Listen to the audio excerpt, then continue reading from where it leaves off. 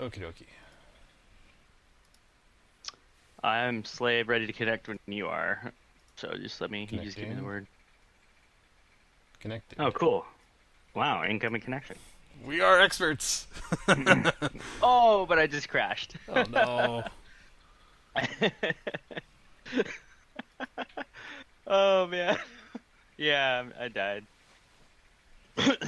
Like, did you get sent? So maybe you should be Yeah, master. it's restarting me. Yeah, okay, let's see. Disconnect. Okay, I'll Okay, go slave, you go master. disconnected me. Now it threw me to a different helipad, so We're you in. want me to be master? Yeah, we're in Okay. the mustache chopper. Alright, I'm master, it's connecting. Oh, yeah, you're about 3 feet or 4 feet above me on the ground, that's why. So we've got a. I'm letting my stream catch up, but you can see how much of a ground difference there is there. Yeah, okay. So maybe it's your terrain that's wrong, and because I think Gomer might have HD mesh and not have remembered that he had it, He and said maybe he went and looked at it, and he said he didn't have it. He said he didn't have it installed at least, but okay, not sure. But yeah, maybe you guys can like team viewer me and just take a look, and because I don't know what I'm looking at. But I didn't see any other scenery in there, and okay, I deleted the INI file, um, something like that, yesterday, per Brendan's instructions. So okay. Well, why don't you check your flight controls, make sure they work. yep, everything looks good. I'm just gonna make sure I don't interfere with you. Okay, you got flight controls. I have throttle Okay. still, Oh, and you have throttle. Okay. okay. So I'll just go through a quick fire up here. So throttle's off, starter's off, floats and everything's off, everything's static. Fuel valve Okay. is on. Say that again. Fuel valve, the right in the bottom right corner of the panel there. Make sure the fuel Oh, that's valve right. Okay. is on. There we FADEC, go. everything else is off. Battery's still off. Okay. Boost pumps can go on. Everything else Boost. stays off. The Okay. collision light can go on, and battery comes on. Come down Okay. and check the caution lights. Mute the horn. Mute the beeper. Check your instruments. For some reason, mine doesn't show up anymore properly. They don't boot. Okay. And then LCD test. And then mute it again. Check the horn. Make sure FADEC is in auto. And boost pumps are on. Check you got fuel pressure, which we don't. Why don't? See that reset. Oh, weird. Yeah. Okay, so Well, I now. clicked it, Oh, okay. so yeah. So now we got So I don't know why. Well, I didn't turn it off. I turned it on. So weird. Okay, so there's a one line of fuel pressure there. Um, Caution lights are on. Okay, so it's a normal day and it's a normal start. So the throttle goes to idle and you engage the starter. Hold it down, it auto engages and stays on. You see the start light on the panel, 15% it yep. lights off. You watch your NGT. As soon as the start light goes out, okay, start light out, generator on, avionics. Make sure your collective is fully down. Yep. Let's double check. Hydraulics are on. Is the avionics come on now? Yeah, I just turned on the, and there you go. Position light on, Cool. and everything else is as required. So now you just do a 1 minute. Where's the timer? Oh, let's put my headset on so I start the timer. Should have started that since the light went up. So, cage gyro. Cool. I'm gonna set my altimeter to ISA.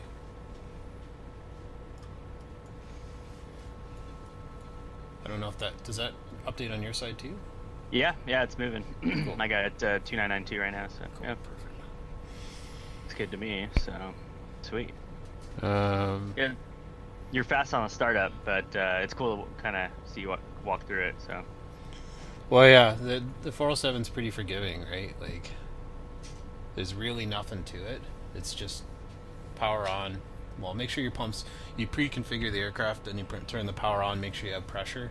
Make sure that the Mm-hmm. temperatures are all below. So if it's above 150, you can motor the starter for 15 seconds without engaging fuel.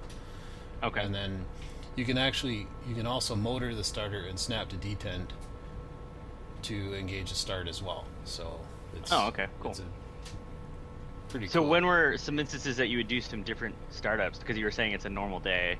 Like, is that on like a cold day you would do a different High type of startup? altitude. Or So okay, high altitude or hot, you would bring the NG up to 15% and then bring in the throttle. gotcha. So- Okay. And then you'd always have your right. What I do is like I'll snap it to detent, but as soon as I engage the fuel, I'll push the release button so that I can roll it back off again if I need to. Okay.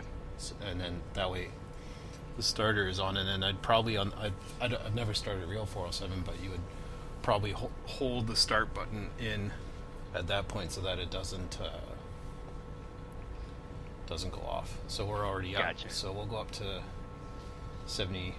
We can actually go right up to run up here. Okay. So I see you moving it. Oh, so you're gonna do a run up? Okay, cool. So just monitor your torque gauge and make sure it doesn't go above 40% when you're running up the throttle. Okay.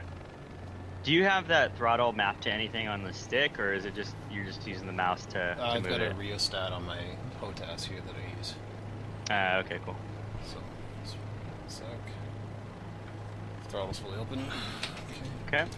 Just a second here.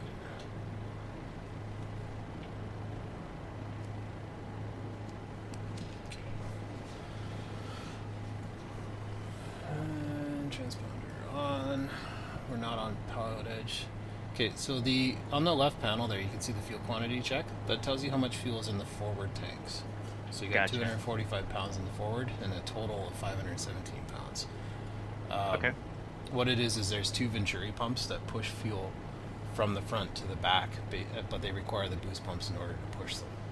So if the That's why boost- those big yellow ones up here. Yeah, so if the boost pumps aren't running, your engine will still run, and we can check those.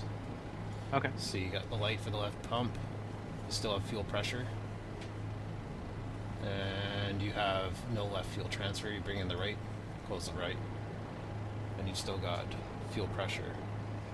Because Okay, cool. the engine's Gotcha. mechanically driven, you can bring up both, and you'll still run. Oh, maybe not.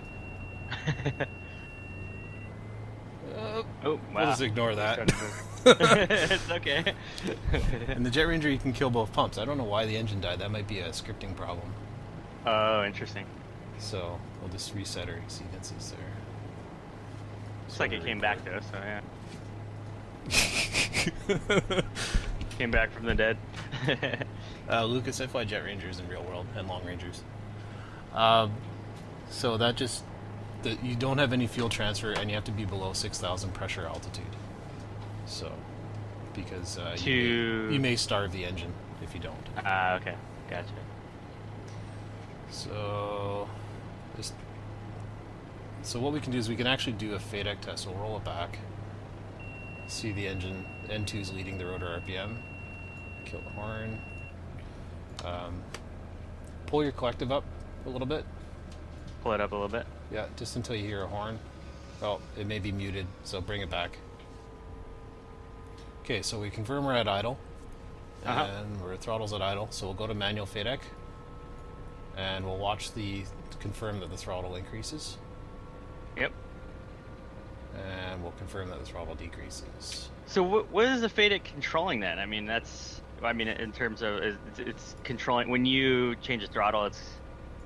The Is it FADEC just is basically your keeping governor. it within parameters. Yeah. Right? Okay. And Okay. for all intents and purposes, like it'll engage.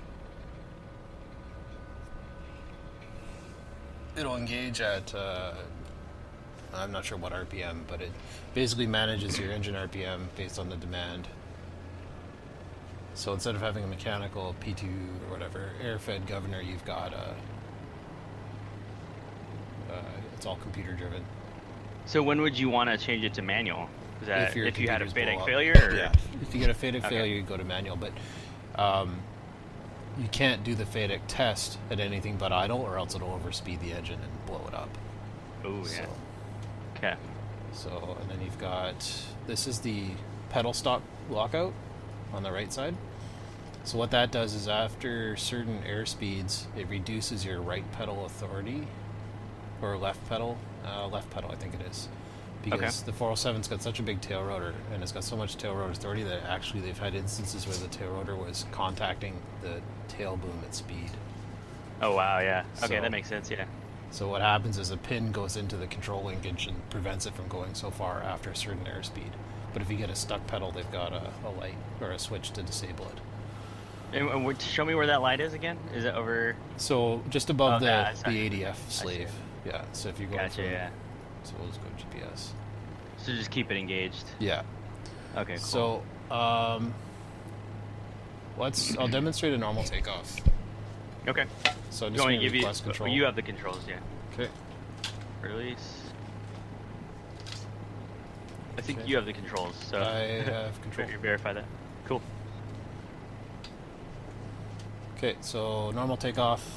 When you're at idle at 100%, full throttle, you should have the cyclic centering light if your trims are released. So trim center. Just gonna make sure my position is where I want it to be. Okay, so normal takeoff is a little bit aft and left.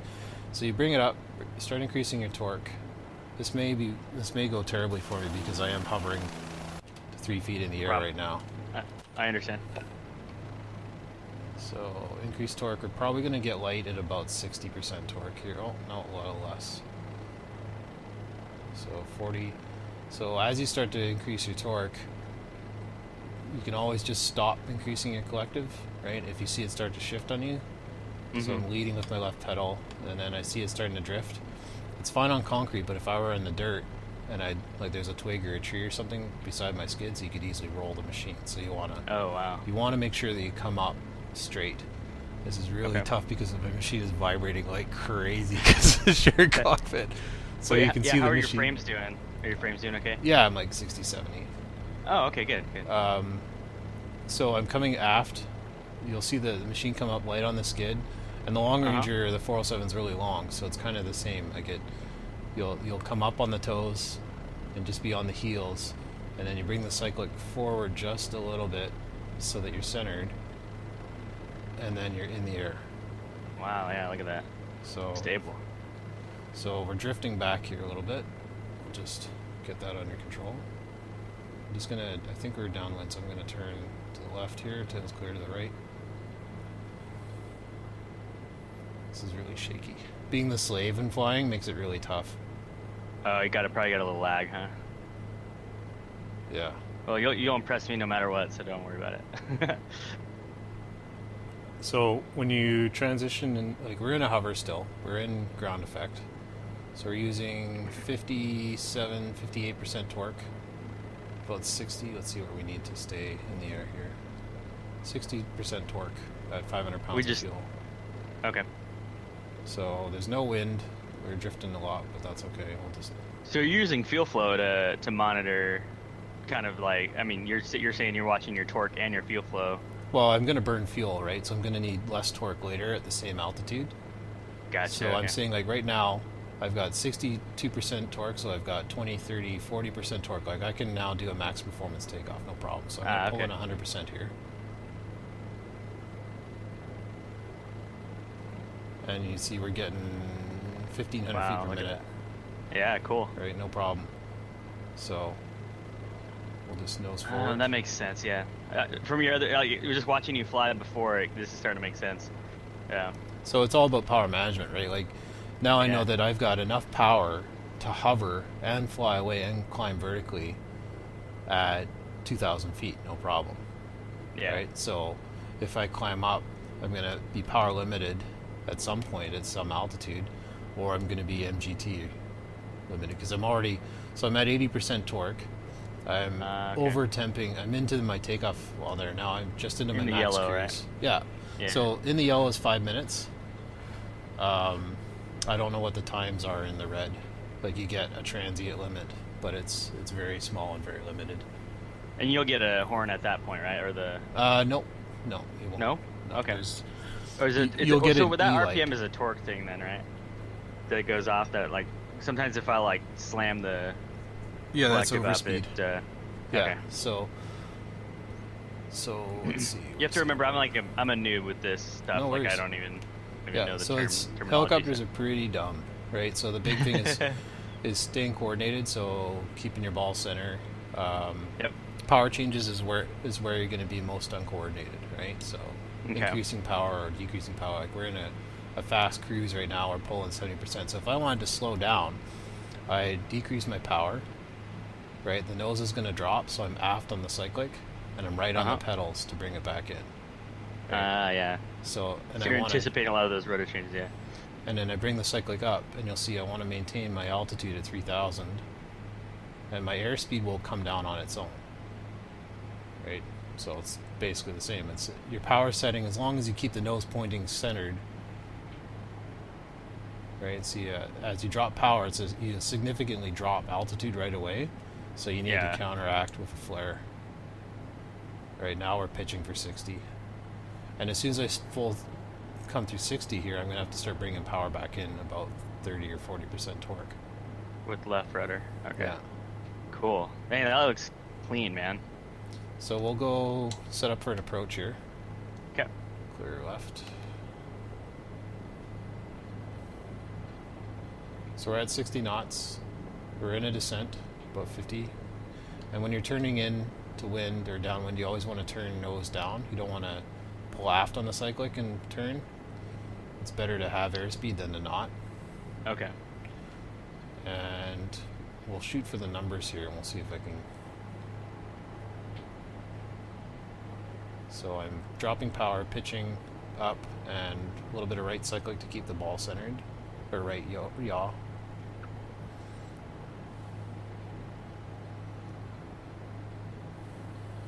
And we're going to be low and shallow with this approach, it looks like right now, I can say. So I'm going to actually steepen it up a little.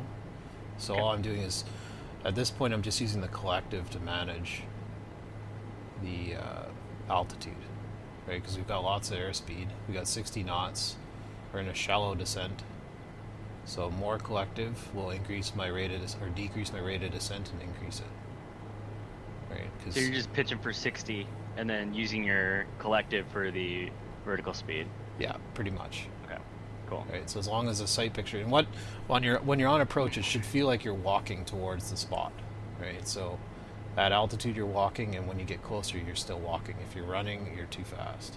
Okay. So as you look at where our sight picture is right now, right, we're in a shallow descent at 60 knots, right? I'm going to start slowing it up and reducing my power because I want to maintain this descent, but I don't want to speed it up. And you don't want to drop below 60 miles an hour until you know you're going to make your spot, because if you have like an obstacle or something you need to fly away from, you don't want to get... You gotta have that power, yeah. Or have that momentum, yeah, okay. So right now I'm using a fair amount of right pedal. It's pretty much a neutral pedal because we've still got the airspeed. Yeah. But, so now I'm going to flat back I'm going to add some left pedal and increase my torque. And that'll actually slow me down because my nose is already pitched up. Oh, okay. And that actually flaps the helicopter back too. So we'll see, hopefully, if I can do this smoothly. So is there a specific angle that you're kind of looking for? Like we call it a glide slope, but you could, it's a steeper. I see you're doing 500 feet per minute-ish. Yeah. Or at least like kind of inside that. So you want to be above 300 feet per minute. So you can see we're at about 250, 300 now. And you can see how I've gone through translation. We're in a hover now. And we're still walking forward though. You'll have to tell me what translation is later. Translations where you go from a hover to effective lift from wind. Hover to effective lift from wind. Okay. There we go. I've landed. Yeah, cool. Pretty much. So nice. collective fully down. Beautiful. So you can request control. Okay. Okay, you have control. My controls. So translation is where your effective, like your ground effect cushion is gone if you're in ground effect, or you're no longer using all your power to keep you just straight in the air, right?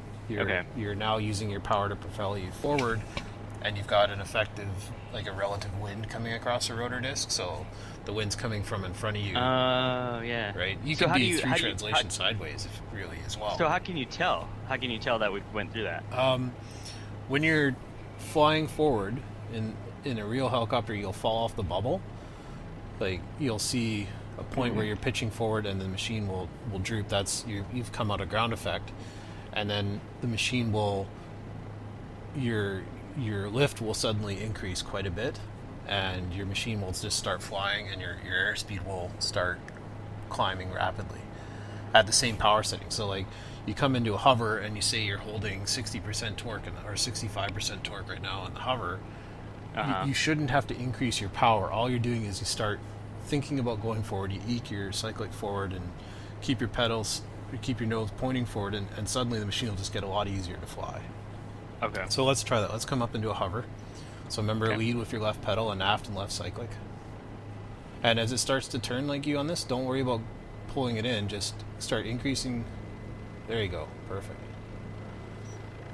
Okay, so you hold your hover. We're doing about 67% torque. And your sight picture is you look forward and you look left and right. And you just kind of position yourself in 3D space. Okay.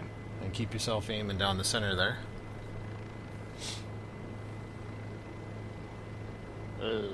That's good. And don't change your power setting. Just start thinking about going forward and just kind of push a little forward cyclic, and you're going to keep pushing it. And at some point you're going to have to push more and more. And when you feel like you're pushing more and more cyclic, you'll see it kind of flat back. That's translation. See, you're through translation. Okay. So Gotcha.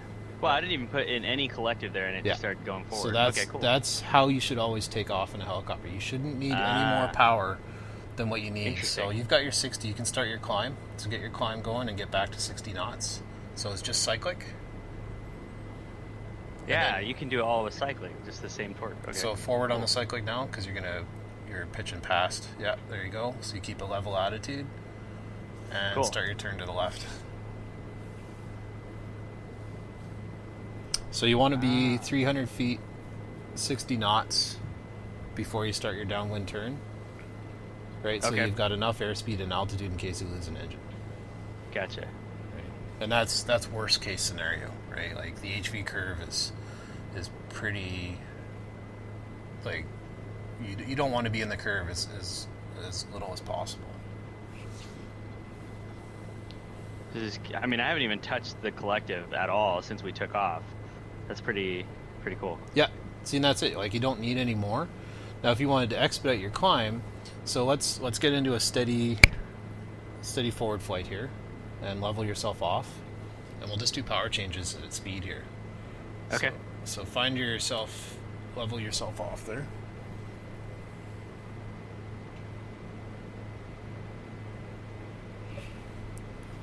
So you're at 58% torque, and you notice your torque goes down as you increase altitude because your air density is getting thinner. Okay. So that's an important thing to remember. If you're cruising along at like 8,000 feet and you're descending to an airport at speed, make sure you're dropping your collector or else you'll over torque the engine. Yeah, okay, that makes sense. So, okay, so you're in a bit of a dive. Bring yourself up a bit. So I'm showing VSI's 0. Yeah, now. Just a little bit under. Okay. There you go. So I want you to slow down to 60 knots without changing your attitude. So you're going to lead with power. So you're going to drop the pull, right pedal, and then aft cyclic. So you're probably going to need like 20% torque to get this thing slowing. So you're climbing now. Yeah, there you go.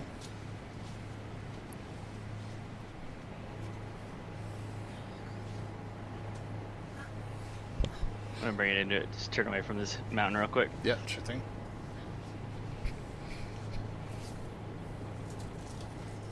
I'm not going to be ready. Okay.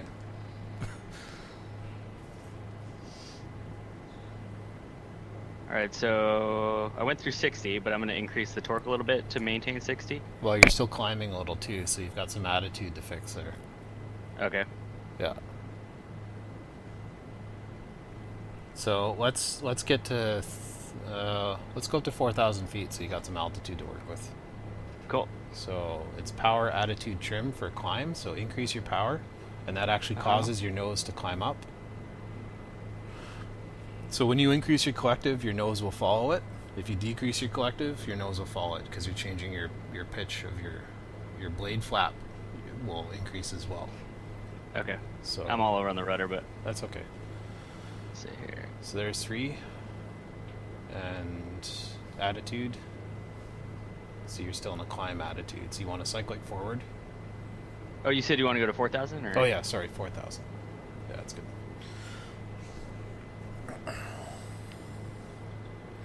The Bell 407 has a red line on the VSI at 2,000 feet for climb.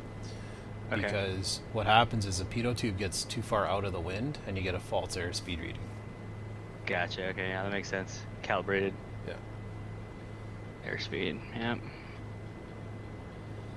I remember there used to be a discussion about that it was, if the VSI was too high, you wouldn't be able to recover the rotor RPM if the engine failed, but one of the guys I work with went to Bell training, and they were doing like climbs at 3,500 feet and chopped the throttle, and it recovered fine. Oh, so wow, okay. It's more to do with getting it's an airspeed reading indication, so it's not really like it's an FAA imposed rule. Okay.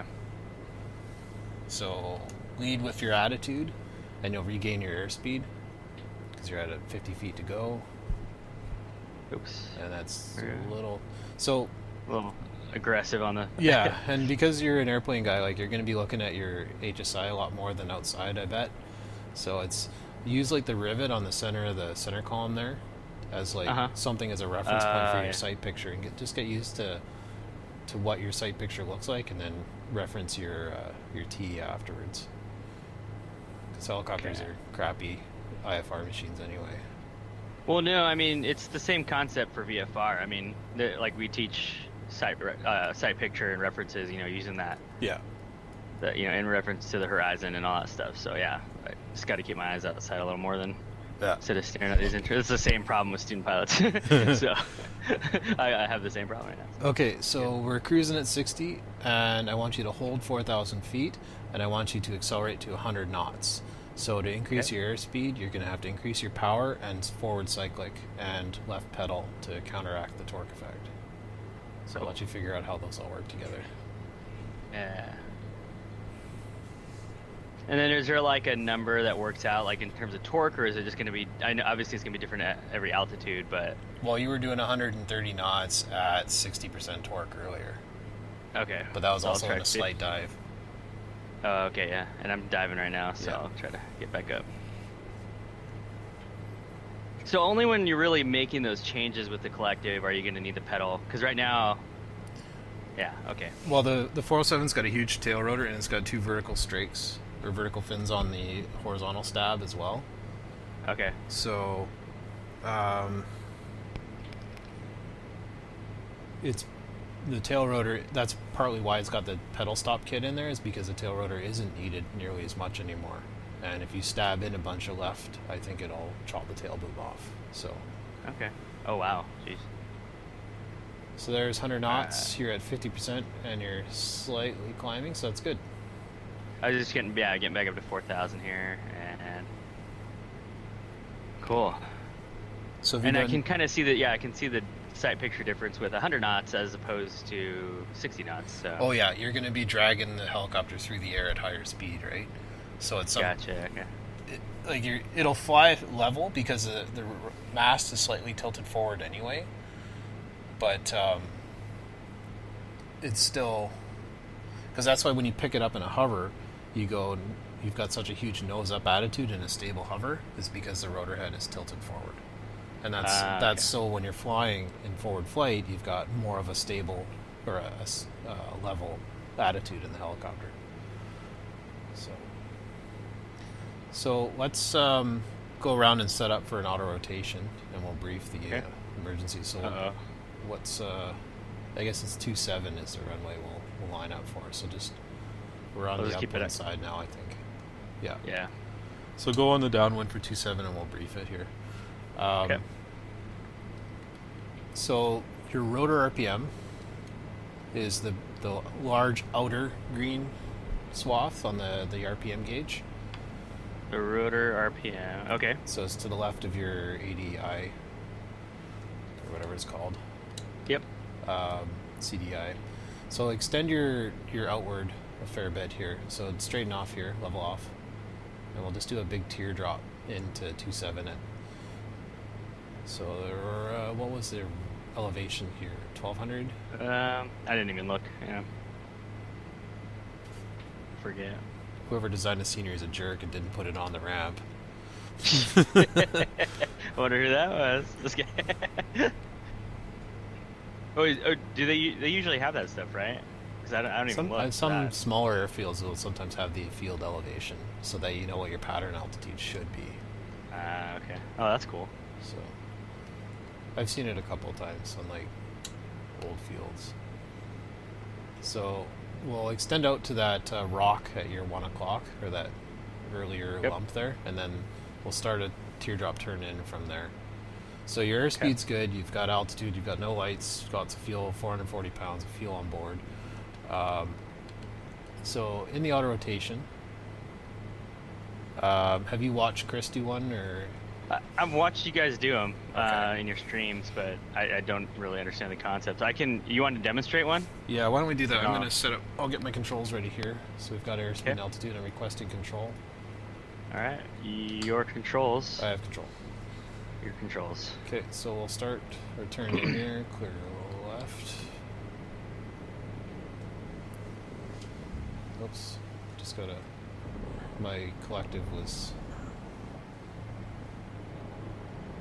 Oh, yeah, that's probably the variable that we need to brief, or, and start. You gotta reset. The power setting. Okay, well that's fine, we'll get a little bit of altitude out of here.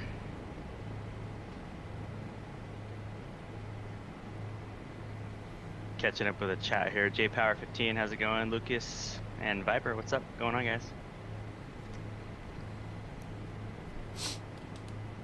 Okay, so just like when you increase power, you need left pedal. When you decrease your power, you're going to need lots and lots of right pedal, especially in an auto rotation, because you've now uncoupled the rotor RPM. So when you're practicing auto rotations, the best thing to do is actually just get yourself into an auto rotation first before you disengage the rotor. Just so that you know that you've got the RPM on your side, because like if you do a surprise, like so there's a practice engine failure right there, right? Rotor RPM is dropping, horn is on, collective goes full down, right? Bring in the pedal, you see your VSI is dropping, and we've lost our airspeed, so we're going to bring our nose forward again. There's our sight picture, I can see your spot. We're going to run long, so I'm going to pull in collective now to drag it out. I'm going to see my rotor RPM dropping to the middle of the green. Lots more right pedal. Right, we want to keep that ball centered. So now I'm getting on the low side of the rotor RPM. You've got all that RPM to play with. Like you can drag it out quite a bit. Go right to the bottom because we've got lots of altitude. Okay. Right, so we're just going to fly right to the spot. We got airspeed, so we're trading altitude for airspeed. And we've got rotor RPM still. We're flying like a really shitty glider. And right now we're going to run long, so I'm going to pull the cyclic back, get our airspeed back. Rotor RPM comes back without changing the collective much. Now I'm going to drop the pull. You're going to see the rotor RPM balloon. I'm going to bring it back. Wow. Right, so we're still going to run long, but we've run out of airspeed. So this is not good. Plus the ground's different for you. Yeah. Hey. So what I did is I flared too much and I lost too much airspeed there. So I had to abort and just go with what I had left for ground. So mute the horn, bring the throttle back in. Here, and we'll get this thing back up and I'll bring it around for you to do one. So you chopped you put the collective all the way down just slowly, right? Yeah, well I was already at a low power setting and I just I brought the throttle in, so like I'll just do one real quick here on the ground so you see the idea of what the last bit of an auto should look like. So we'll come up, back away from our spot just a little bit. Okay. right? So this will be a hovering auto rotation. So basically, this is what you're going to come in and flare and end up in this situation here. Drop the collective. Oh, jeez. Ouch. I think we broke it.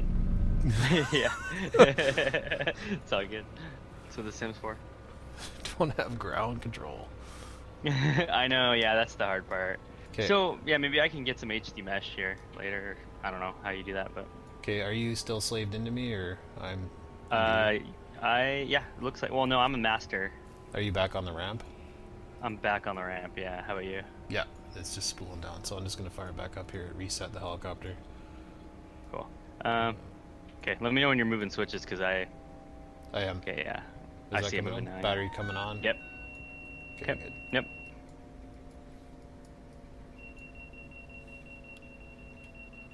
The engine's probably hot, so we'll just do this.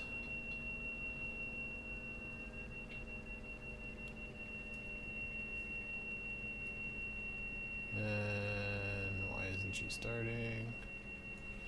Aircraft failures. Reset.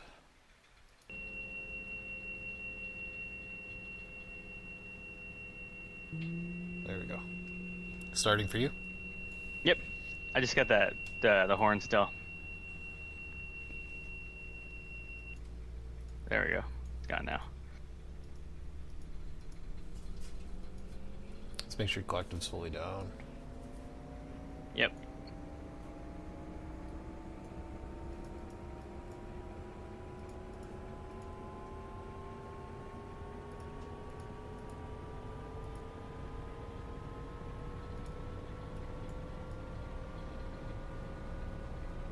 Oh, nice.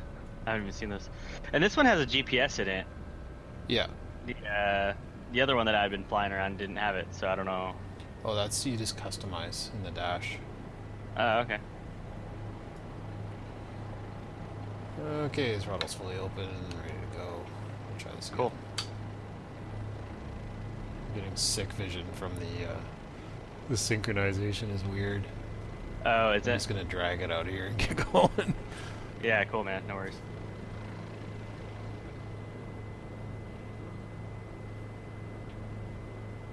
Airspeed.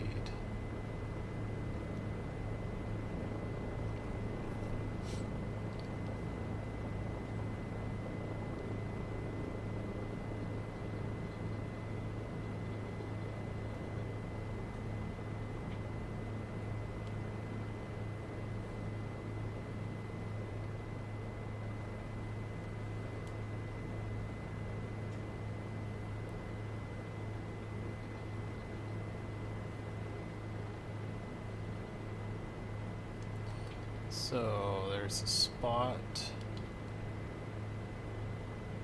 Extend her downwind a little bit here. Okay.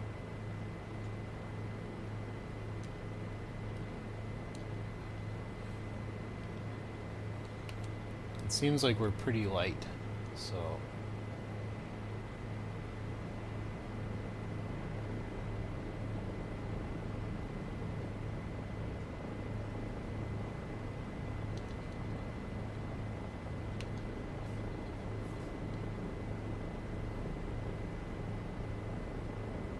okay, so we're lined up-ish.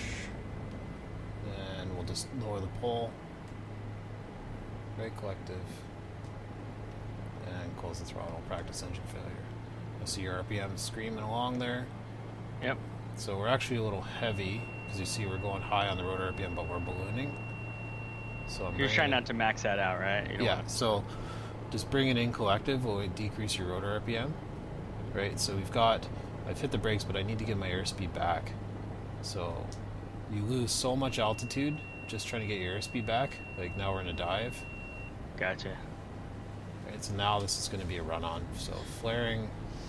Gotta remember that the ground is higher than I think it is. And yeah, it's nice. The ground. Wow. Now I'll kill the horn. So I think I might have hit the stinger. Wait, what's the stinger? The little handlebar at the end of the tail that prevents it from the tail rotor hitting the ground. Oh, that's why Lumber said rip Stinger. Okay, gotcha. Okay, cool. I didn't know what that was. Like, what's Stinger? I didn't know what that was. Cool. Okay, so you can go ahead, take control. My controls. There you go. My controls. Here we go.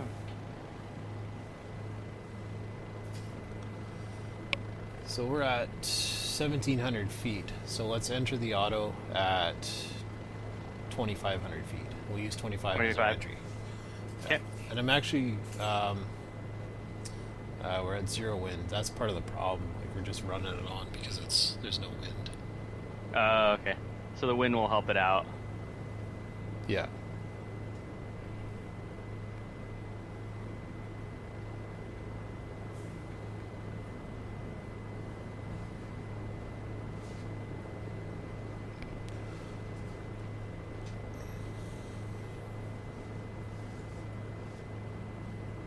So level off.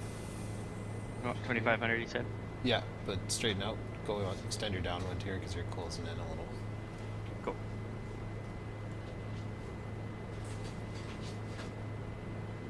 Yeah, so we'll use your beam, the numbers now, so just keep your downwind going.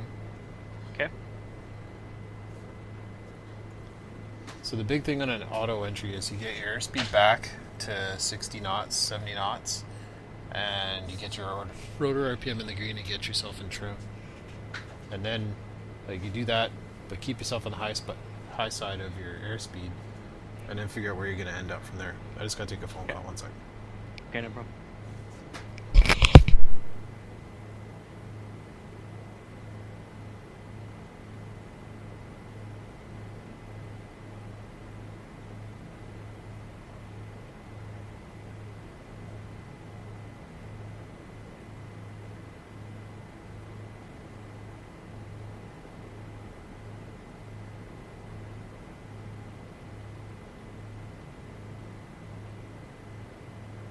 Thanks for the host, SciTech.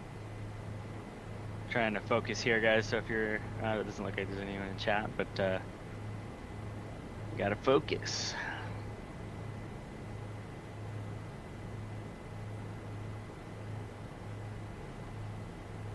Hey, Mike, just practice some normal approaches. I'll be right back.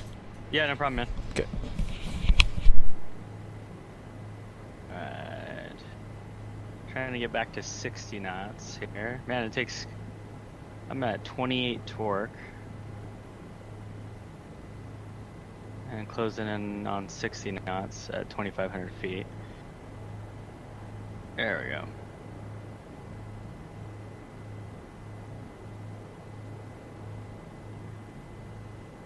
There we go.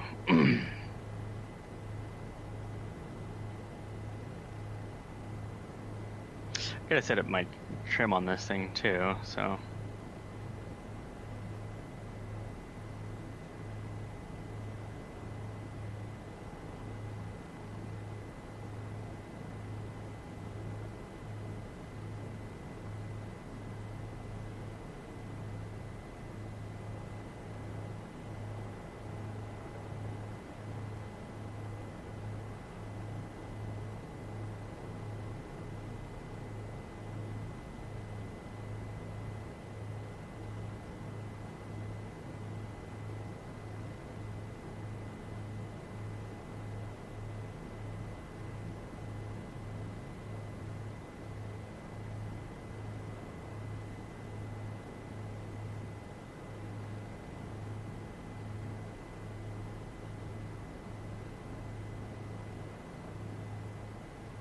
Alright, decreasing the torque, gonna pitch to maintain 60.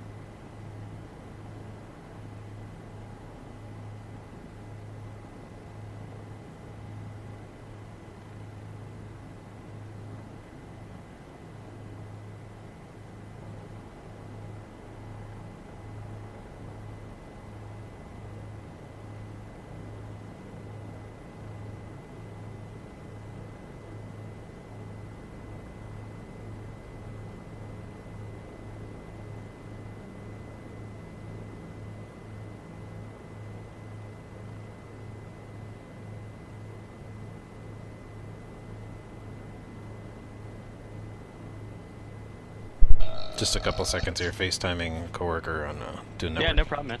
Yeah, I need practice.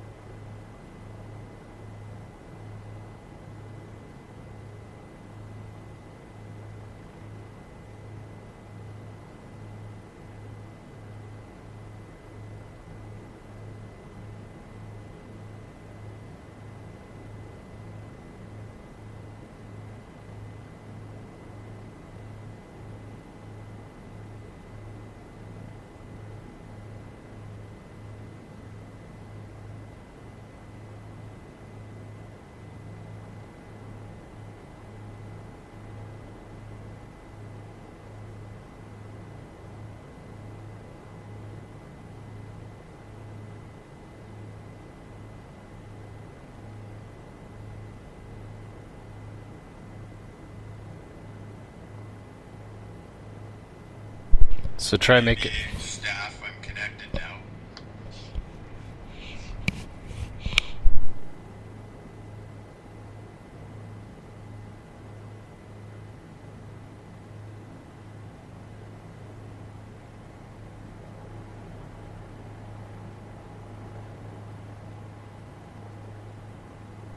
So that's a good sight picture there, Mike. Okay. Yeah, I was bad on the first one, so trying to fix it. It's a non-punitive go-around. Yeah. Training, right? It's all training. Yeah. Just building time. Oh, yeah.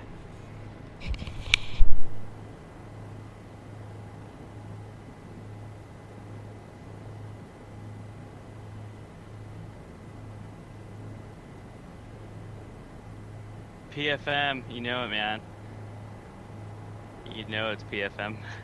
It really is, though. It's so different, man. Like, there's all these different factors to take into account, Chris. It's crazy.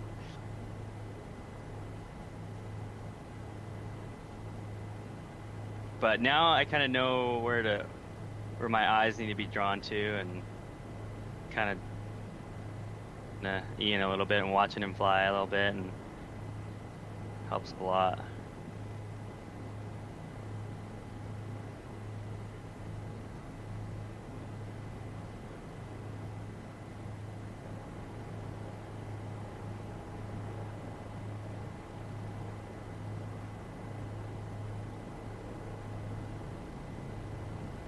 Ooh, slowing down too much. I'm gonna touch the ground probably. Coming in. So I went in. Yeah, that was not, didn't quite make it there. Oh well. Fix it.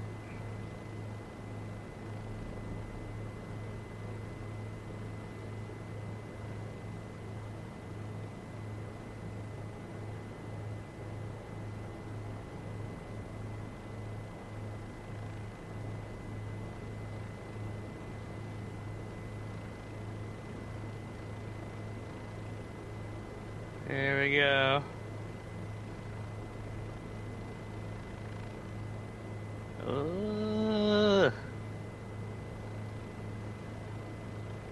Yeah, I need a lot more left rudder, huh? Shoot. There we go. Yeah, Chris, it gives me much more appreciation for those guys we were watching the other day. Kind of get a little squirrely on the ground when they were doing the training. I remember about 60 on the torque was giving us a hover down here. Well, I guess I touched down, but didn't like that one very much. Doesn't take long to get comfortable, yeah. What is this rudder you speak of? I know, it's like opposite rudder, man. It's like you put in power and it's left. The opposite. In the airplane, it's more right rudder. So, here we go. Alright. That felt pretty good, though. I feel like it's getting better every time and getting the side picture down a little bit, so.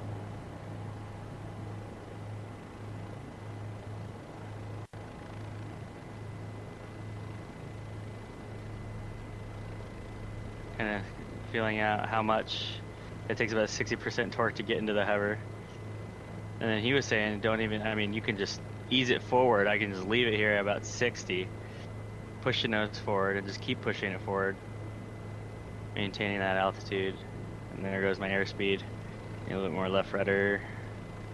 That's pretty cool. I didn't even realize I was throwing the power like crazy, like the noob that I am.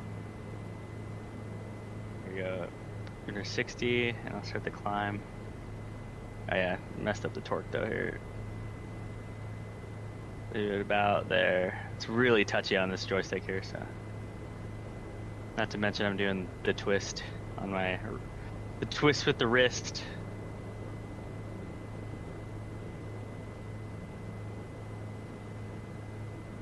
Yeah, it's probably a negative transfer of learning the twist of the wrist, but do what we can around here.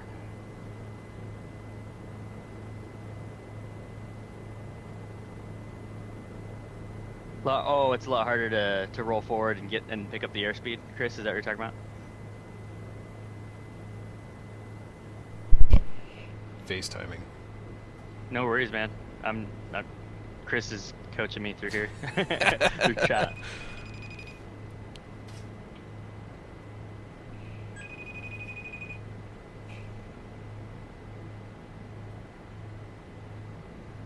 Are we on the phone Chris, or on FaceTime? Now we're on the phone. Oh, okay. Just hop in video in voice chat if you can. We're in Discord.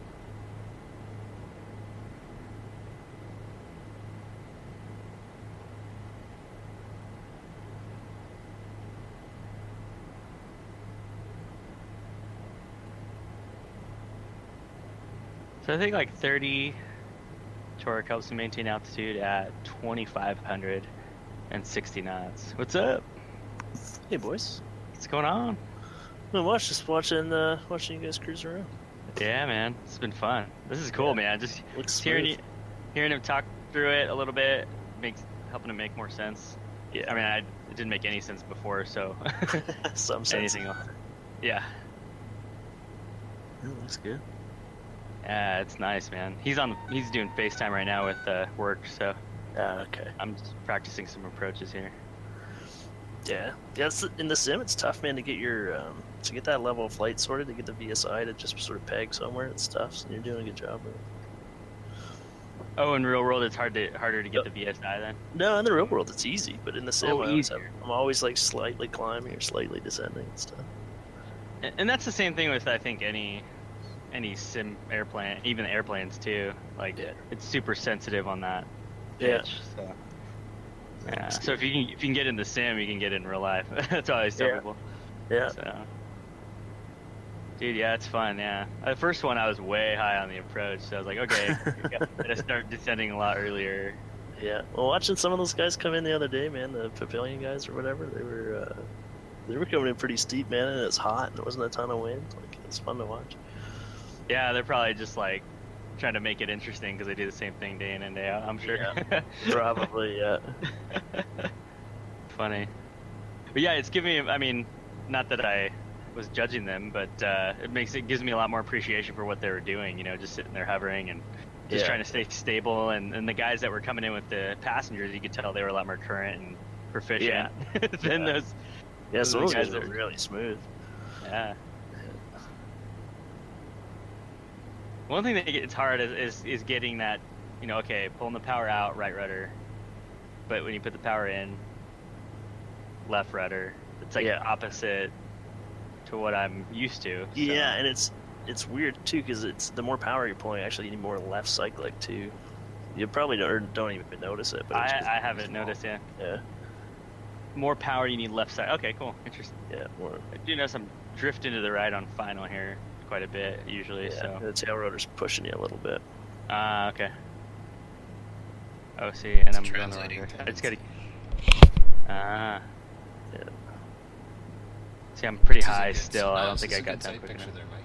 Is that okay? Yeah. You might not be catching up on. Oh no, you're inside the airplane. Never mind. Yeah, the helicopter. I'm live. We're doing it live. We're live. So 500 feet per minute's a little steep, but you're still lots of airspeed on you, so you're not worried about vortex ring state or anything like that. Okay. But you're gonna overshoot now, so you gotta. Yeah, that's where I was.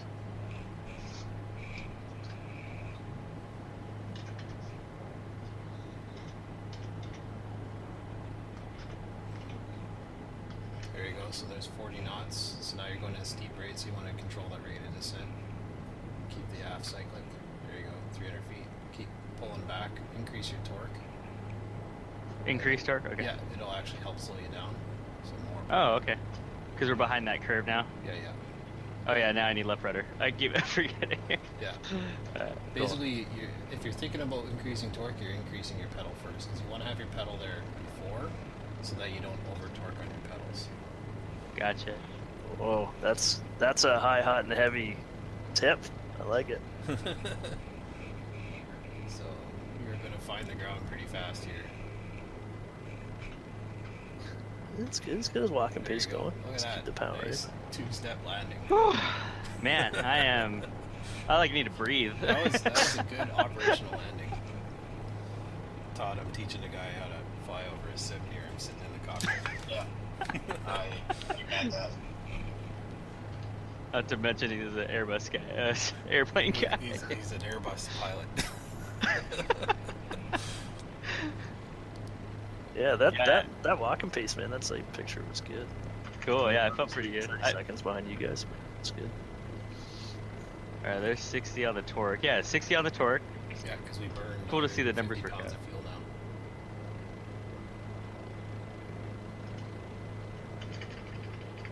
That's good.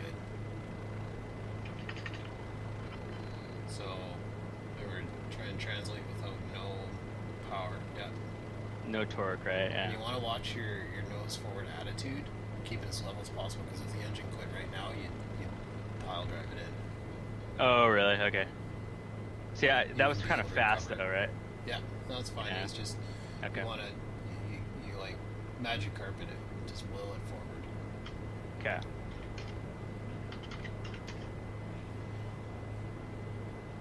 What is that? 1,700 feet here? What the fuck is going on with Justin?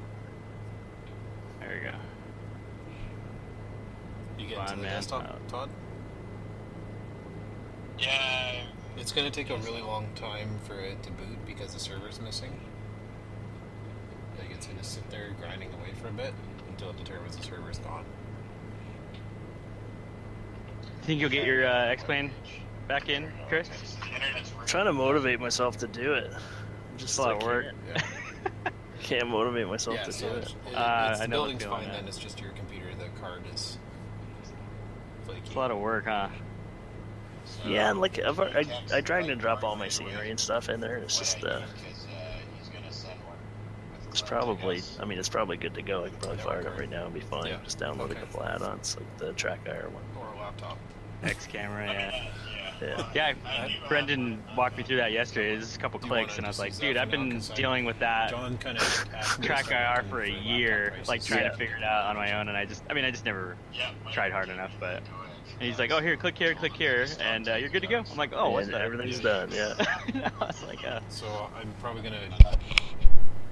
I'm kind of like that in the sim, though. I kind of need someone to show me how to Yeah, do stuff. well, especially in the sim world, it's one of those things where you can take 2 hours to figure it out yourself, or Yeah. 3 seconds to have someone show you. Oh, exactly. Yeah, and that's kind of like helping guys with pilot edge just for 30 minutes makes a big difference. Yeah. Yeah, once we're done here, we should go fly some Hueys around or something. We absolutely should. Fire up my Gazelle. Oh yeah, that'd be cool. Damn you guys, I'm gonna now want to get helicopter lessons. Yeah, I was gonna say don't buy the Gazelle though. But yeah. No, I just mean I'm gonna want to go get some lessons. Oh yeah. Yeah. Yeah. Find Rob's got a buddy, and when you move to Florida, you hook up with Rob because Rob's got a buddy who owns like an R44, and I'm sure you can jump in with him. That'd be way cool, man. Yeah, there's this guy at ExpressJet, this captain I flew with, and he had gotten he got his CFI in helicopters, and he just did that on the side on his days off and stuff, and he said actually there's like a ton of money in it, like he said, like because there's a lot of rich guys with helicopters, and so he met some rich guy at the Robinson factory in training. And he's like, hey, come out to my house out in Florida, my mansion or whatever, and like they went out on a yacht and just hung out for a week, and he just gave him some training, gave him some instruction. That's awesome. And just hooked him up, and he's like, he's like, there's a lot of money to be made in in teaching helicopters.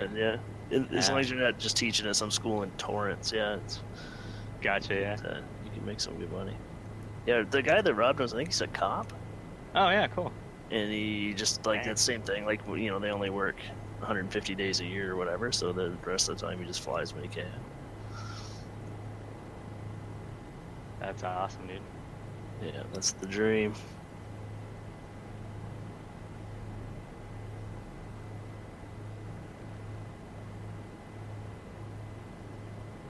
Yeah, that guy, I guess that guy, I can't remember what that guy's name was, who was showing us around the 135, he was saying like not many guys really own their own helicopters just because so expensive. Yeah. $200,000 to buy a 2-seater that'll go 75 knots on a good day. That's crazy, dude. Yeah. I told you one time I used to do some flights for this company out in Torrance who they also sold helicopters down in Brazil, and I watched this guy. They're like, yeah, he's taking off for Brazil right now in an R-22. No like, way. What? Wow. Like, yeah, it actually costs less in fuel than it does to ship the thing down there. Jeez. So yeah, I was like, holy crap. They were gonna try to have me fly a Baron down there. Oh, really? Never ended up happening, but it would have been perfect for my time building, and good experience. Their nephew I was teaching him how to fly, and he's flying down in Brazil now, so cool stuff. See, I'm pretty high again. I think I have the sight picture. I just don't know when to kind of start that descent. That's the hard. Yeah, it looks pretty good. I don't know. I'm still behind you guys, but it looks decent. Yeah.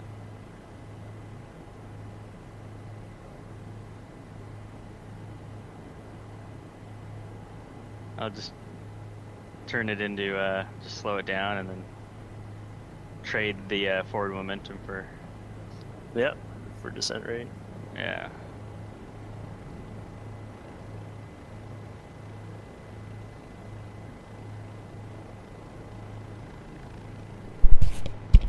Alright, I'm back. Cool. Alright. What are we doing? We've got 360 pounds of fuel left. Messing around. Lumber's giving me shit because I kept pressing the horn button. What's that? That's still about an hour's worth of fuel. 320 pounds? Oh, yeah. What are the fuel reserves in the helicopter stuff? I mean, you can just put it down anywhere, right? You have 20-minute fuel reserve, so what does this thing burn? Yeah, it's gotta be because it's gonna be 350, 360. No, PT6 burns about 360 an hour. In the cruise. Chevy, thanks for the host, man. That's it. Just catching up with chat here. Lumber's 170 liters an hour. A VSI chaser. 170 liters an hour? Yeah, so 170 times That's 1.78. J Snap. 300 pounds an hour. 297. Yeah, so pretty good. Got Chris the calculator on board. Yeah. That's awesome, man. Okay, so do you want to try doing an auto? Oh, yeah. Can you show me again? Because Sure. I'm struggling with just the normal approaches right now. Okay. So, Well- if you want to walk through your confine stuff, I know there was some stuff you Oh, wanted okay, to sure. walk through. So Yeah. I want it to be productive for you as well. So. Well, I'll, okay. Let's. So I'm requesting control. Okay, I have Yeah, control. your controls. We got deer on the runway here. Seriously? I have deer. Really? I have a big buck staring me down. Oh, And that's awesome, man. There we go. Whee! oh god, gotta get back Dude, on my it's- flying yeah. feet. This is fun, man. I'm sorry, but I'm just. Yeah. That multi-twitch fun. is Pretty cool. good with the Huey though. Like I'm not surprised that the 407's Yeah, similar. the Huey is a pain in the ass to fly. I find. In DCS, Really? yeah. Oh yeah, it's so all over the place. It's so unstable. Well, now that I know, I'm just looking for a few things. You know, there's just a few things that I need to be looking for. You know, like watching that torque, watching the airspeed and Yeah. PSI and all that kind of stuff. Like that's helping me a lot right now. So. Look at that, Like, yeah, I could magically probably in go a jump in one right coordinated now and climb do it, turn. right? So I always flew the 407 like a sports car. Like I just in X-Plane, I never ever flew the profiles the way you fly them in the real world. Yeah. And then when you actually slow it down and do it the right way, you're like, oh my god, this is so easy. Yeah, you make it harder for yourself when you fly fast, for sure. Yeah. So we'll get a little more altitude here. We're past the beam point on the downwind. No lights. We got 360 pounds of fuel. Start our turn in here. We're at 100 knots already. Still climbing, so a little forward on the cyclic. A little less power. So the thing with the 407 though, it just requires next to no torque to go fast. Yeah. Like we'd Power be pulling attitude. 70% torque in a jet box right now. And it's just because they've got this super hot rodded C-47 in here that just does not want to contain itself. Where the hell's the runway? Over there. We're way. Oh, yeah, there we are. okay. Okay, this will work out. So this thing is kind of going long and falling fast today, so we'll just drop Okay. the collective now so we get into an auto-rotative state already. Right, we'll bring the nose back so that we get our... And then you see the RPM coming up, so we'll check that, close the throttle. There's 60. And you can see the needle split. I've got the numbers are in my chin bubble there. I'm gonna stop our forward motion.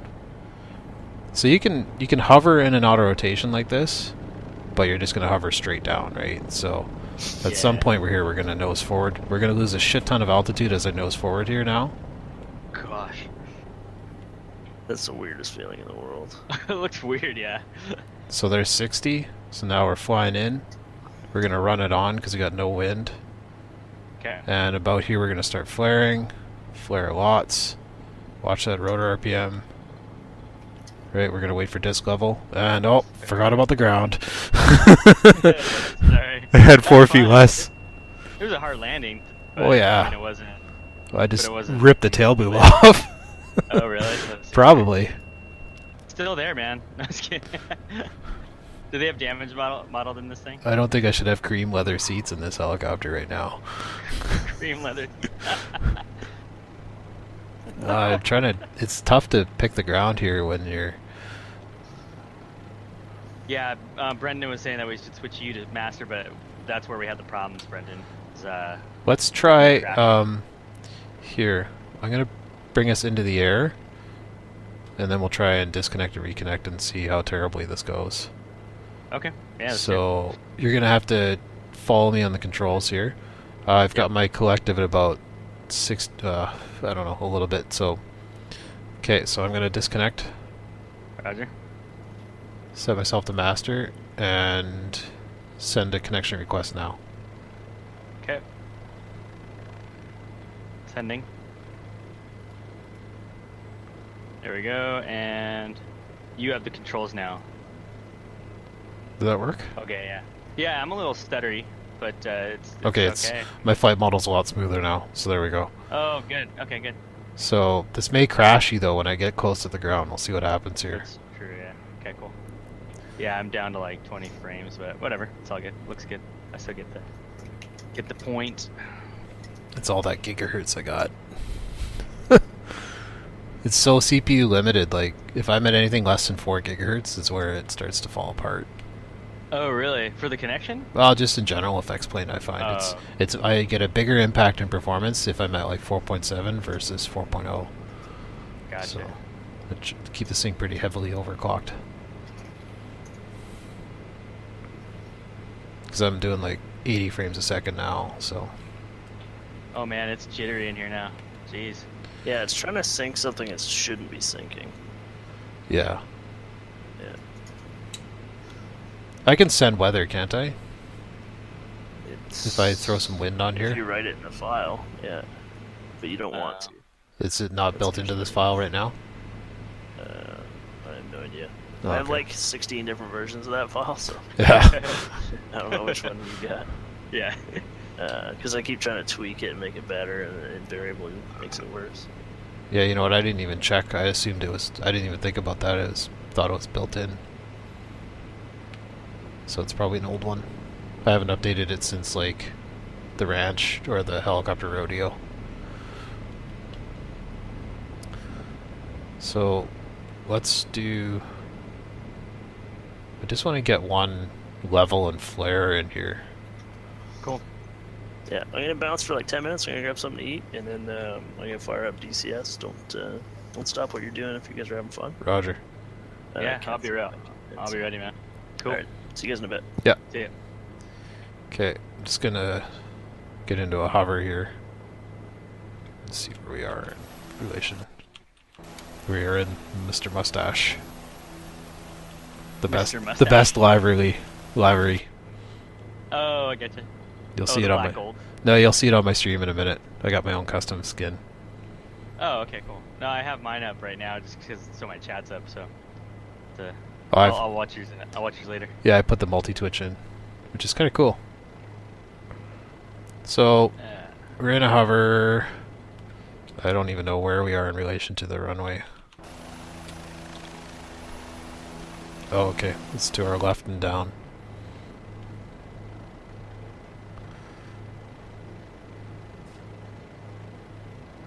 Yeah, there it is. Yeah. So, practice engine failure. Okay. There's the elevator. So, we're actually auto-rotating backwards right now. Weird. So down, forward, get the airspeed. See how you lose a ton of altitude just to get airspeed, right? Because you're trading. You're always trading rotor, RPM, altitude, airspeed. And when did you throw the throttle to idle? While we were in the hover, and then I Okay. immediately dropped the pole afterwards. So, So right when you get the engine failure, you wanna do that. yeah. So or- we're gonna see. We're still flying in an auto rotation. Like the engine's been idle this entire time, Yeah. right? But we'll try and see if we can get some spiral here. Cool.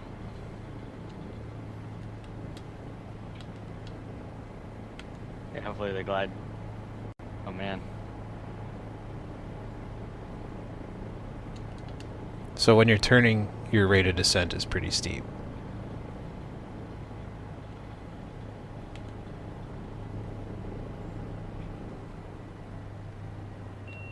This is where I'm gonna crash probably.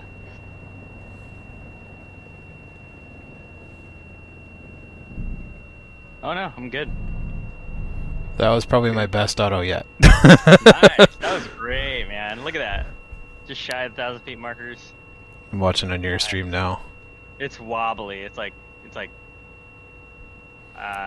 Oh like, yeah. I don't know what's going on. It's struggling right now. The helicopter's doing the Kukakaracha. Yeah. Yeah, look at that. It's like I want to see what it's doing on the outside. Yeah. Wow. Oh, look at my skids are all bent. Look at that. Weird. So that was still like a run on, but you really don't want to be running the machine on a crazy high speed. Yeah. Okay. So let me try. I'm just going to customize and put on high skids.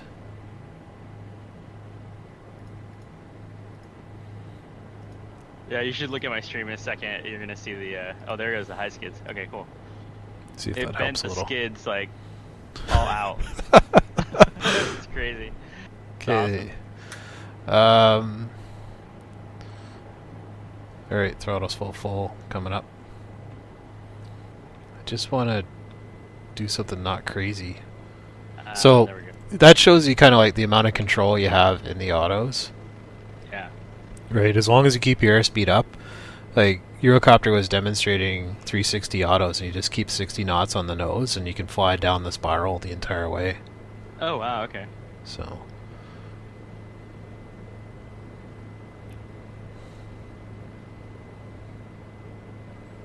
Cat Strader is saying you should turn off your runway contours. Turn off runway contours. Oh, like runway follows the know what that contour of the is. terrain. It's under, so settings, Okay. rendering Is this gonna options, Rendering options. Okay. and then runways follow terrain contours. I got to do the same thing actually. I didn't realize it was on. Gotcha. Okay.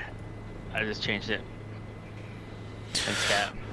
Oh, it requires a sim restart. You said.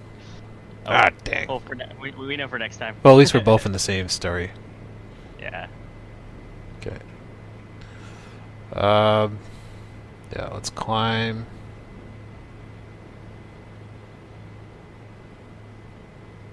So, like, a cyclic climb isn't really the best way to climb. Like, you want to use... But if you're already at speed, you can climb with a cyclic. But if you're not at speed already, you get your best rate of climb at, like, 60 knots. Okay. Right, So so you just wanna- start pitching for that. Yeah, you get to 60 and then you pull in all the power you can to take off power, and that'll get your... You'll probably go over the VSI in a 407 Okay. because it's got so much power. So we've got altitude. I keep losing the damn runway because I don't have any real visual indication of where we are. Do you have a track IR on it, or? No, I use the thumbstick on my HOTAS to move around. Gotcha. Okay. I just got the track IR working for it yesterday, and it does wonders. So practice engine failure. There's a split. Rotor RPM's in the green. Right pedal. Airspeed coming back to 60. Let's try and do a textbook one here. Okay. Okay, so I'm managing my collective. It feels like I'm going to run up short, but I think we'll be okay. So I'm just adjusting my attitude. Yeah, sight picture looks good, and sim is kind of choking a little. There we go. A little bit of collective to extend my glide. I've got lots of rotor RPM to work with here. This looks good. So I'm going to start my flare. Flaring. Flaring, flaring, flaring, flaring. And level the disc. And collective down. And Nice. cushion. Nice. That is That looks good, man. probably as close as I can get to textbook in a Looks sim. great, man. That's awesome. I love it. So, at the top of the fall, you're auto-rotative to start with, or and then throttle down. Right, and it's the reason they're doing it that way, and most operational training is you'll do it the other way. Like you'll be flying along. The company I work for, we actually train where you wait for the horn to go off, which means you're below 90. So you're actually they're trying to simulate that you don't catch that your engine's gone out, right? Oh yeah. So okay. now you're thinking, what the hell? You're looking at your gauges, you're looking at your dash, and wondering what's going on, and they show you how to recover from a low RPM event. Okay. So, but when you're doing it in training, like for initial stuff, you want to get it into an auto-rotative profile first, and then you start training the muscle memory of when the engine dies, you drop the pull, right pedal, aft cyclic. And it's really important to get the aft cyclic part of it as well, because guys will drop the pull, and as soon as you drop the pull, your aircraft is going to dive, right? Because you've now pushed the rotor down, so you're flying at the ground. So you have to get that aft cyclic, because as your airspeed increases, your rotor RPM is going to drop as well. So I'm going to switch control to you. You gotta get in the air though. Oh yeah, are we yeah, good? yeah. Well, no, we'll get into a hover again, and then switch master and slave. Cool. All right, Um, looks good to me. So actually, let's do the confined stuff real quick here, and then we'll switch Yeah, back. yeah, go ahead, do it. Yeah, that'd be great. There's not a lot of trees here.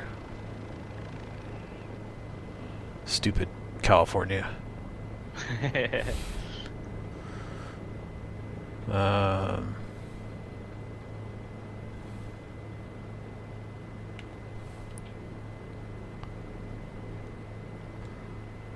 Let's see, where can we go? I definitely have more ground texture than you do. It's watching the multi-stream. Oh, really? Yeah, actually, Adam's got a good point. I was thinking about doing confined to the buildings here. So, Oh, okay, cool.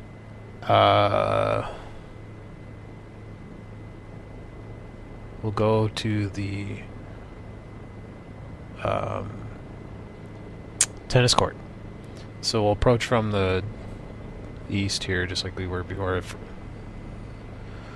So, if you're visualizing your spot, like say you're flying along and your customer wants you to look at something, and it's off your right. The first thing you want to do is slow down right away, and you actually want to turn away from your spot. So we'll say that rock on the right side there is. Oh God, I gotta start flying this helicopter. Not, Jesus. No problem. Let's do this again. Just trying to talk and fly at the same time and Yeah, it's tough, break man. all the rules. So that, and just to reiterate, that 2,000 feet per minute climb is a limitation. It's Of the helicopter? yeah, it's a published limitation. Cool. That's why there's a red line there. And I was trying to download that manual you sent, but it was on the Scribd thing. So Oh yeah, so they want you to pay to play. Yeah, it wouldn't let me download it. So.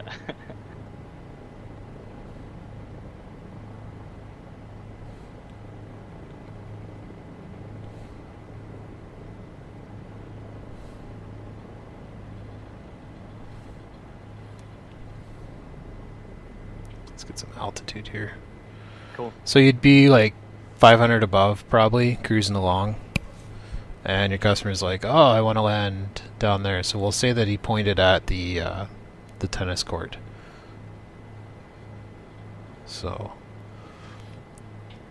if you're cruising at 100 knots, you want to get yourself back to 60 knots first, right? Because you want to slow shit down. Because the faster you go on, the farther out you're going to be, and it's just going to make your life harder. So you're getting the power back, getting the cyclic back, so that your attitude's good, and you turn away. So we're working with the green tennis court there. You can see that probably on yours too.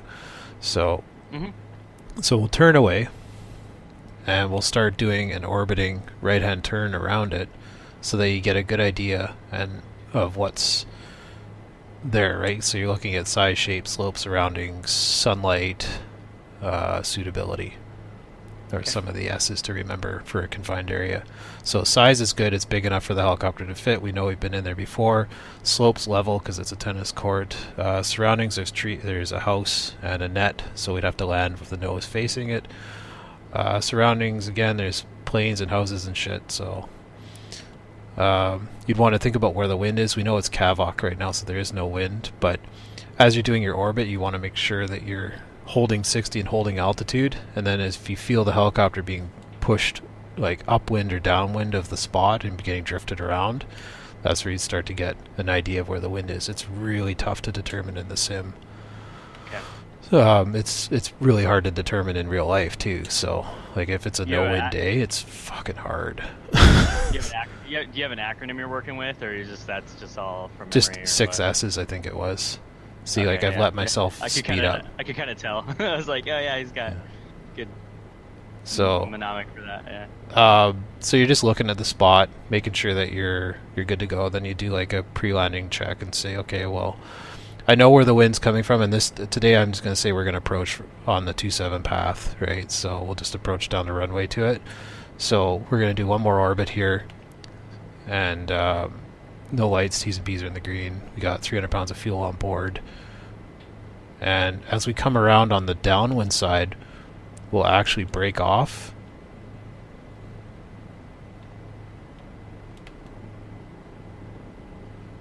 And we'll just, downwind. So we'll kind of break off at a 45. And I'm looking back in my rear windows here and seeing kind of where it is and where the spot is, because I want to make sure I got a good sight picture for it. And as it starts to get past my window, where I'm just having trouble seeing it, I'll start turning in. And you want to turn in, but don't slow up yet because you're still downwind, right? So you're dropping power, but you're not losing your airspeed, and you just want to start establishing that glide slope. So we're going to come in, so now we can start turning in, and you're going to lead with the right pedal on the turn wind. Yeah, okay.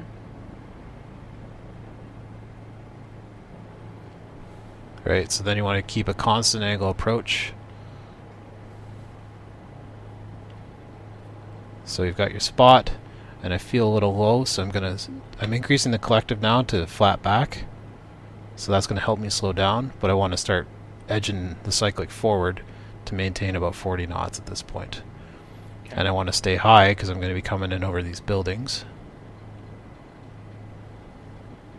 Right, so you'd imagine that there's a tree line right up to the spot. So you want to arrive over the spot. So I'm looking past the spot. Now my airspeed's coming back. Right. We're at 37% torque, so we got tons of power available to us. The disc's loaded. Right, we're at 20 knots, and it's a walking pace in. We're starting to sink a little bit, but we got to watch our VSI, right? Remember 300 feet per minute. See, now we've transitioned to hover, so I let it come up short a little bit, so nose forward. Keep that walking speed down. Right? Try not to fly over airplanes, but fuck them because we're a helicopter. Do what we want. And ideally, see, I've come up short. I made the classic thing of looking at my spot instead of looking past it. I do this all the time. It's something that is just so hard to get out of the habit of doing. So then you come into your spot. You wouldn't want to come to a full hover, right? Because you may not have the power to hover. Oh, I crashed. Oh. Yeah. Are you resetting? Yeah, it's resetting now. Yeah. It's because of the tennis court, probably. My engines. Yeah, I just lost my engines. I mean, yeah, that wouldn't happen. Okay, let me disconnect from you, and I'll go slave. Okay, cool. Then you can reset us there.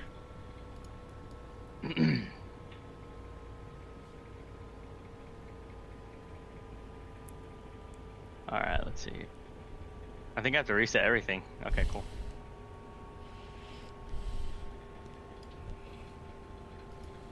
Catch up with some chat. Dunkmeister, what's up, man? Lumber says he watched in a Eurocopter destroy a dude's airplane because he didn't have control locks in. Oh yeah, that would mess it up for sure. Oh man.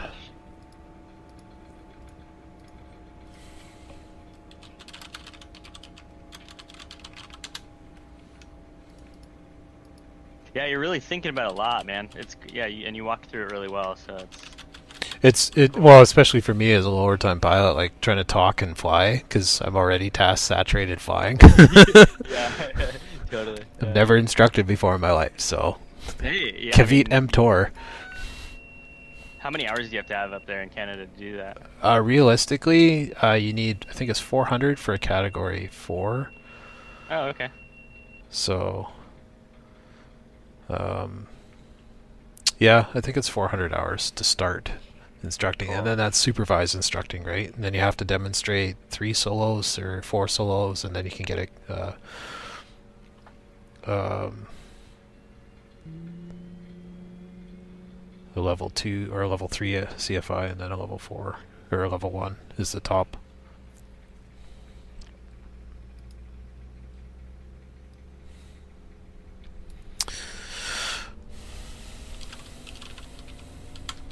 Okay, getting this thing started up. Yeah. You can roll it right to 100. Oh, just roll it up, okay. Yeah, just monitor your torque so you don't spin. If you're on ice and you snap the throttle up, you'll spin the machine like a top. Oh, really? Yeah. Alright, let's do 1 or 2 more and then we'll hop into CS here. Alrighty.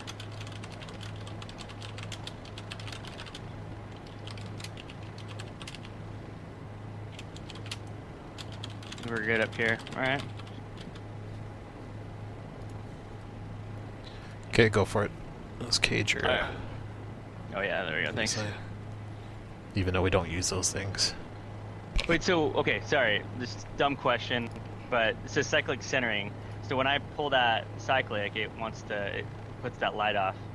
Yeah, because that's saying that when you're making sure that your trims are centered and that the mast is centered, because it's hard on the elastomerics if you're not actually flying.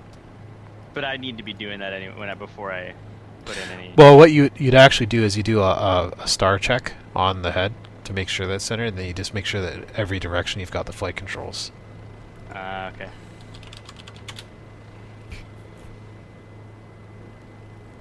See, it needs more torque this time. It's because we're fatter. Because we got more fuel now. Huh? Yeah. Wow, yeah, look at that. It needs like almost 68. Yeah. Ish, maybe 65. Yeah. Sticker. Wow, look at that. Yeah, 200 pounds of fuel. It's another fat dude in the back. Interesting. Well, I'm noticing it. I mean, one step at a time. Dougmeister, thank you for the follow, man.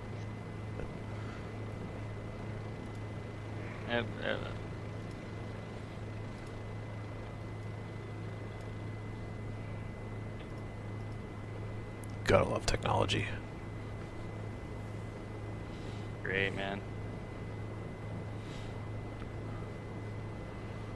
Just check Chris, we're gonna do like one more, and then we'll hop in with you.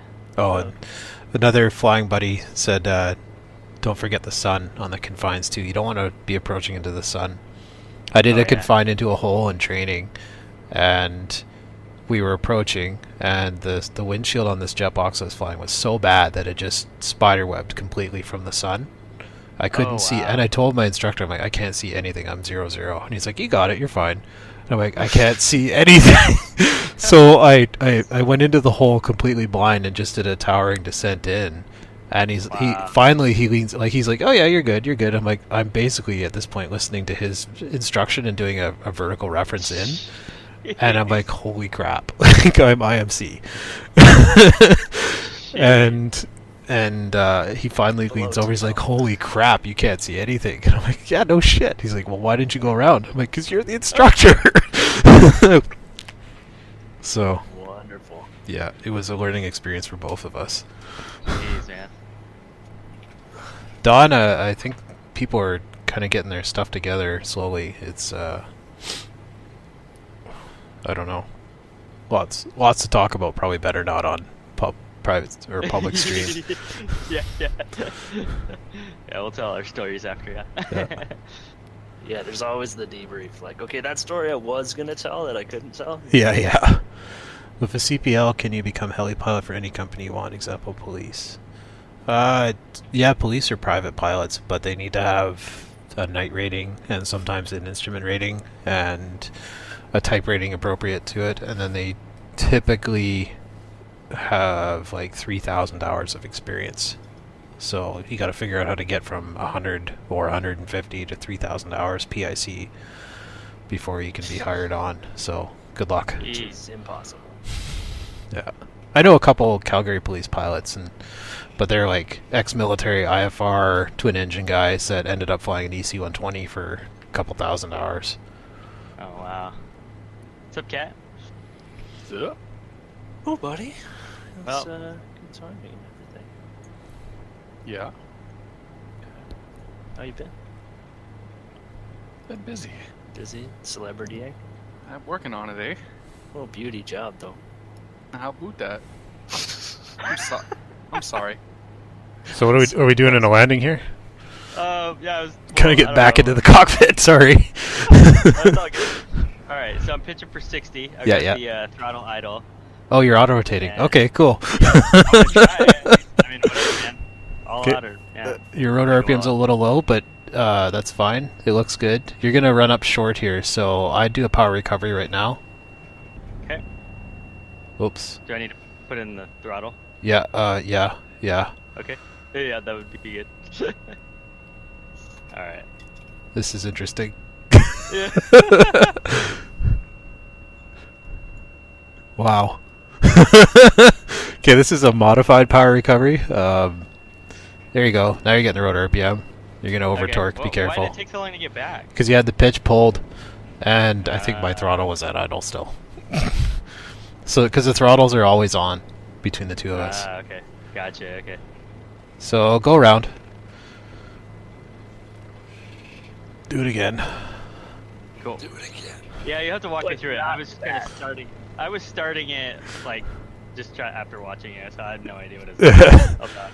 So yeah, get yourself lined up. That was good. It was just you came up a little short, so we were already low and slow. It would have been tough to recover, so just power recovery. But what you do is you bring your power back in, and then you bring in your collective. So by power I mean rotor or engine RPM, throttle. Bring the throttle to 100, and then start bringing. Then you do the rest of it, the flare and everything else. But now you've got power on your side, so that you don't fall through the bottom at the end. Okay.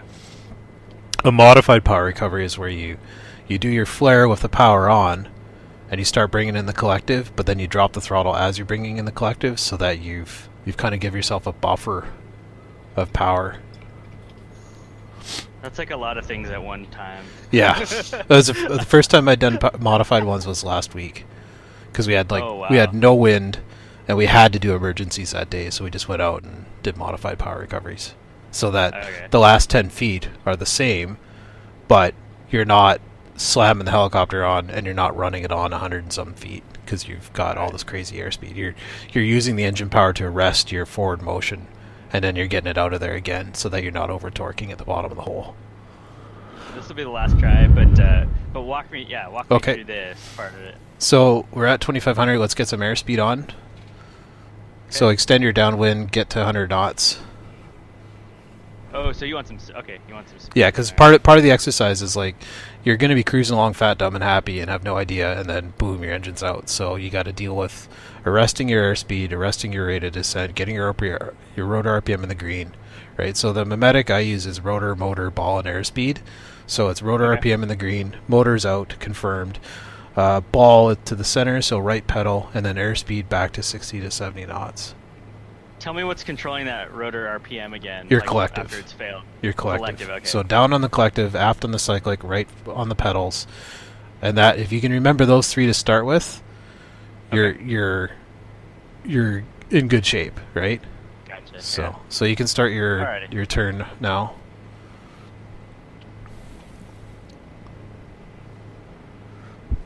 And I know Donnie's watching me, so he's gonna critique my knowledge. He's a 1,000-hour superstar pilot. He's got his 407 endorsement now too. So. Ooh, nice. Oh. So you can tell me all the things I'm doing wrong. Explain, junkie. What's up, man? Or maybe this is a different Don. I thought it was Rab T70s. What? Don, it's 123. I know you in real life, don't I? Do I know you? Pretty sure I do. It's Cat every day. Do I know you? So don't fly to the spot. Fly above the spot. Like aim above it because you don't want to descend out. So hold your airspeed. Hold your altitude. And what I'll do. Rotor airspeed B123. Just tell me what to do. Oh God. That's what I do. Okay. That's way too many acronyms for me. Yeah, so we're good. We're flying along. We're happy. So I'm going to chop the throttle when I think we can make it, and you're going to lower the collective, aft cyclic, right pedal.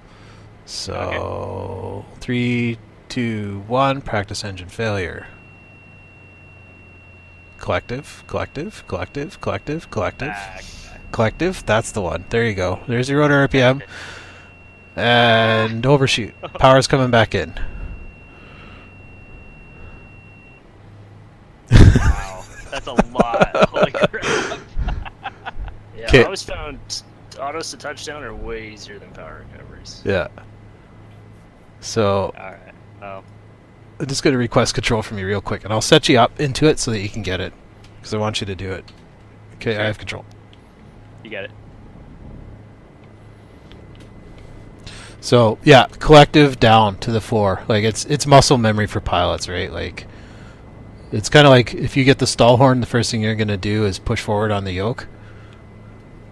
For us, it's rotor RPM, horn goes off, we lower the collective. because most problems you run into, it's going to be rotor RPM, lower the collective. So lower. Okay, yeah, lower the collective. Did I not hit it quick? Did I not chop it quick enough, or what? No, it's like Okay. to the floor. That's the first thing you do. Like if I get the horn, like we're flying right now, there's the engine to the floor, right pedal, Okay. and fly to my spot. So I hesitated. Okay, cool. So now we're in auto rotative. We're going high on the rotor RPM because we're at a high bank of angle, right? So I'm going to bring the power back in, so we'll fly out of this. Power's coming back in. Throttle's fully open. Increase the collective. Fly out of it. Okay. So I'll get you set up here. But it's No promises. as soon as you get the horn, right? As soon as you get the horn, it's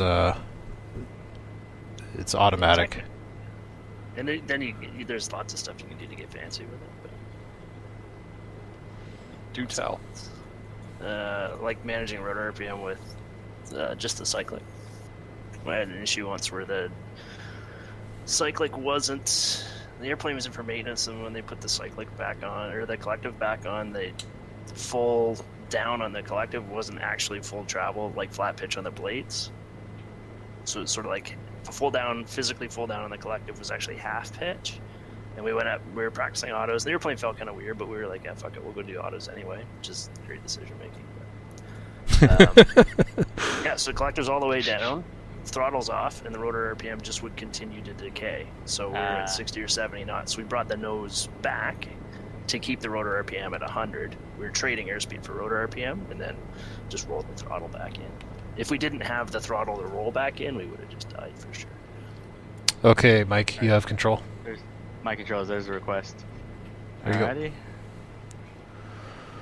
Alrighty. So this looks. You could actually make it from here. So go. Let's get into an auto rotate. So drop your pole now. Aft on the cyclic, right on the pedals, and I'm gonna way right on, like hit the brakes, full aft on the cyclic. There you go. There's your throttle. Oh, wow, okay. There you go. That's auto rotative. So you see this needle okay. split. Keep that collective to the ground. You're losing your rotor RPM. Keep that collective to the back floor. Okay. There we go. Yeah, don't worry about making your spot. We'll just keep the glide on. So get aft on it, get back to 60. There you go. And now just hold that attitude. Hold it, keep holding it. Hold it. Oh wow, look at that. Okay. Okay, keep that. So you're still drifting forward. Now bring it forward. Okay, don't dive too much. Right? There you go. Keep that collective fully down, full down. Okay, nose forward, not flaring yet. Okay, start your flare, and you're just gonna run it on. No, Well, you made it to the ground. No, it's making a lot more sense though, because I didn't understand what was controlling the rotor RPM. So it's Collective. the collective. Yeah. So that's making a lot of sense because you were talking about it. And I was like, wait, how does that work? But now that I was able to actually like, okay, I can see the. That's because we skipped all see the that ground rotor school. Yeah. Yeah. Who needs ground school? Yeah. Screw that. Yeah. Dude, that's awesome though, man. This is fun stuff. We need to. That's cool. No, you did really well. We need to continue. No. Yeah, I need to practice those normal approaches too. So. Here, let me just request control real quick. There you go. So one other thing, kind of to get your head around the right pedal thing, I'm going to bring it into a hover here. Okay. So let's see. The ground's pretty level. We're okay. So the whole anti-torque thing, like I'm going to have a stuck pedal failure to the right here, and I'm going to arrest it by closing the throttle. You see how the machine stops spinning, and then you just ground cushion and down on the ground. Right, so it's that much anti-torque that you need or don't need because of when the engine's off, right? So you think about how fast you're spinning to the right, and I close the throttle, right, and the machine stops spinning or starts a slow spinning. So when you're in an auto rotation, you've got so little, you no longer have 600 horse driving the rotors, right? So you need all that.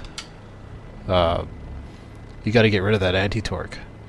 Okay. Right, so it's when you're cruising along, you're pretty much neutral pedal pitch, but when you're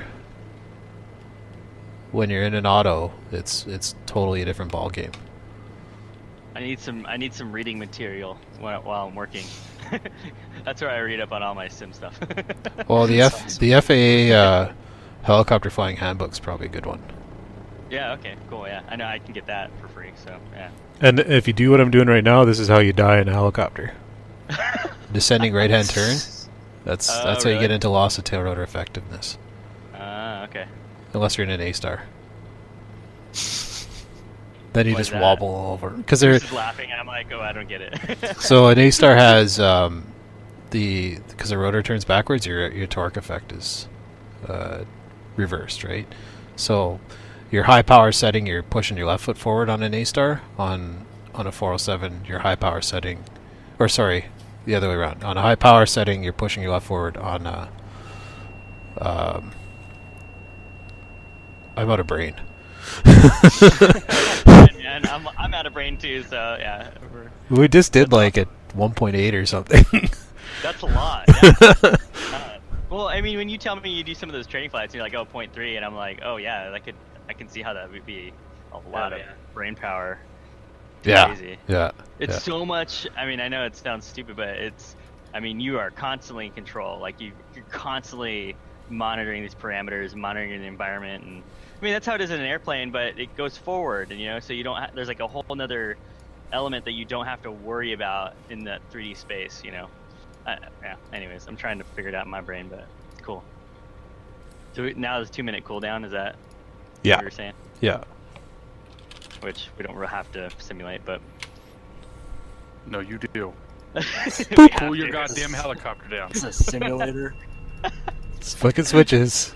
No wing turbulence. You're landing right. There we go. Turn the landing lights off. Oh yeah, yeah. Turn your landing lights on 10,000 feet and set the altimeter at 18,000 feet. Those are really Yeah. the only two things you need to know to be an Airbus captain. Yeah, no, exactly. It's fun. Just set your altimeter to 0 and step out. Job done. All right, let's go kill some warthogs. Let's do it, man. I'm gonna power down the stream, guys. So thank you. Yeah, I'll probably do the same here. Thanks for watching, guys. That was pretty cool. I want to save this for later.